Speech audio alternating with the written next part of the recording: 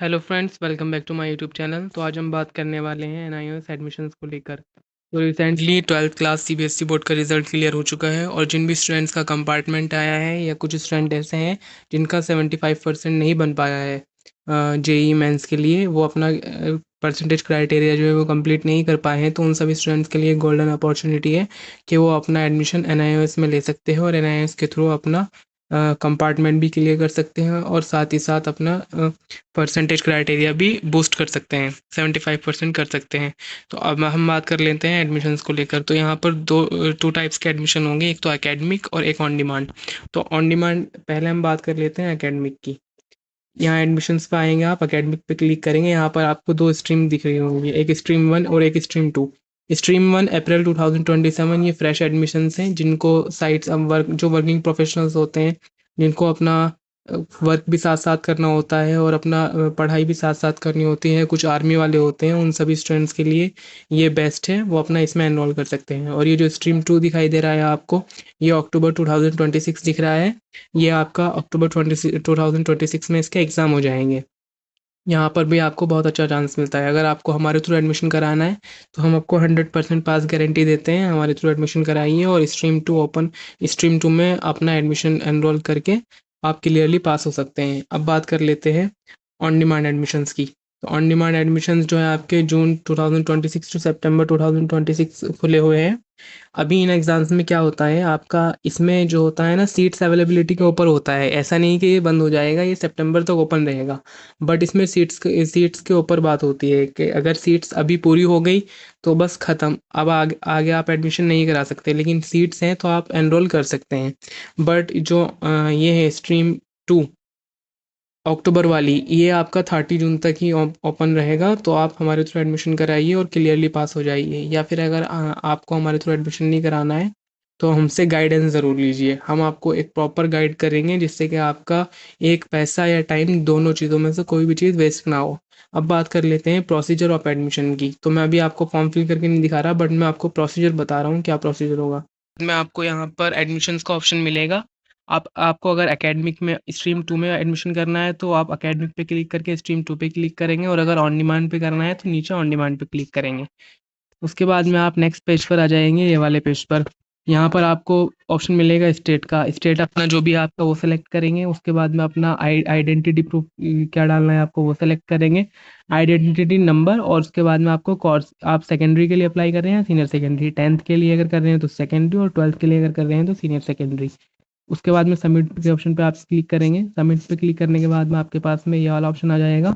ध्यान रखिए कि इसमें आपकी जो बेसिक डिटेल्स है ये बिल्कुल भी गलत ना हो। अगर आपने गलत की तो आपको अगेन रजिस्ट्रेशन करना पड़ेगा। ठीक है ना फ्रेंड्स? तो आपको कुछ भी एडमिशन करना है थोड़ा भी देख करके कीजिएगा। अगर आपने थोड़ा से भी गलती की तो आपका एडमिशन जो है वो साल और पैसे दोनों वेस्ट हो सकते हैं।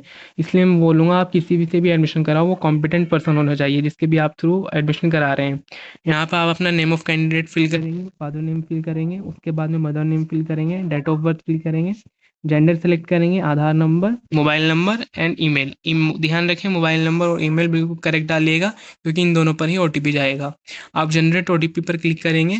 उसके बाद में आपके सामने जनरेट ओटीपी ओटीपी पे क्लिक करने के बाद में आपके ओटीपी चला जाएगा। आप ओटीपी फिल करेंगे। ओटीपी फिल करने के बाद में आपको जो बेसिक डिटेल है वो आपकी कंफर्म हो जाएगी। उसके बाद आपके सामने ये ऑप्शन आएगा इस तरीके से, जैसे इसमें आप देख रहे हो ना, इसमें सारी चीज़ें फिल हो चुकी हैं। यहाँ से जनरेट ओटीपी पे क्लिक करोगे और वो हो जाए, उसके बाद में आपके सामने एड्रेस वाला ऑप्शन आ जाएगा। ये बेसिक डिटेल आपकी डल चुकी है।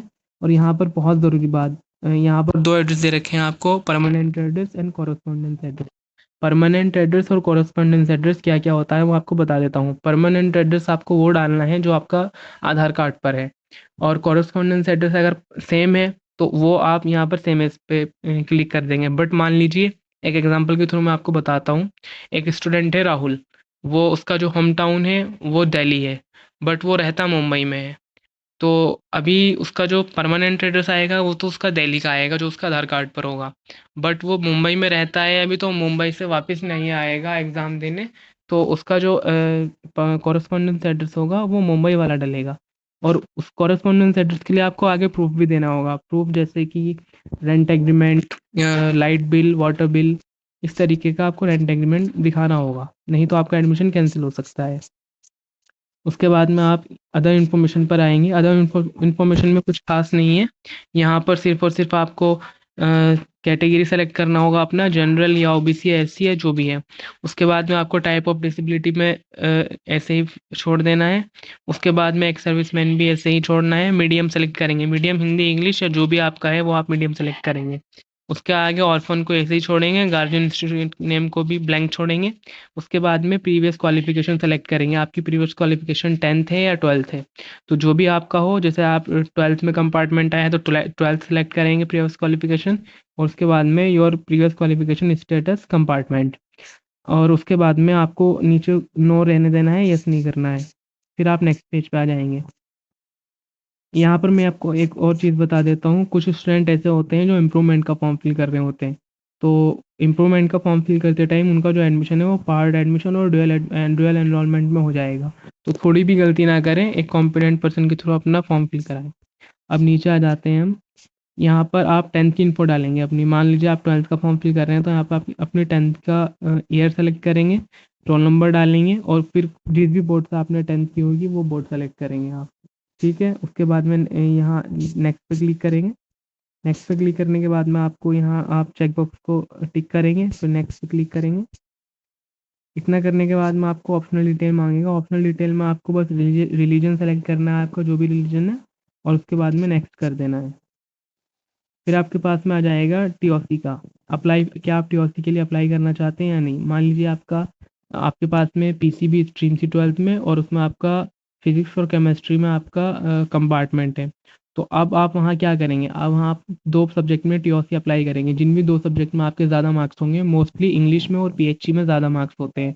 तो आप यहाँ पे अप्लाई फॉर टीओसी यस करेंगे, और नीचे जाएँगे, नीचे अपना सब्जेक्ट सेलेक्ट करेंगे जो भी आपको सेलेक्ट करना है। फिर नेक्स्ट पेज पर आ जाएँगे। यहाँ अप्लाई प्योरिटी एस यस, कौन से बोर्ड से आपने 12th किया है वो बोर्ड सेलेक्ट करेंगे, ईयर सेलेक्ट करेंगे, रोल नंबर फिल करेंगे। अब जो मान लीजिए आपने सीबीएसई से एग्ज़ाम दिया था, उस मार्कशीट के अकॉर्डिंग यहाँ पर आप अपने सब्जेक्ट सेलेक्ट करेंगे। उसके आगे जिस भी सब्जेक्ट में आपको टीओसी अप्लाई करना है उसमें यस करेंगे। Theory marks and practical marks fill करेंगे।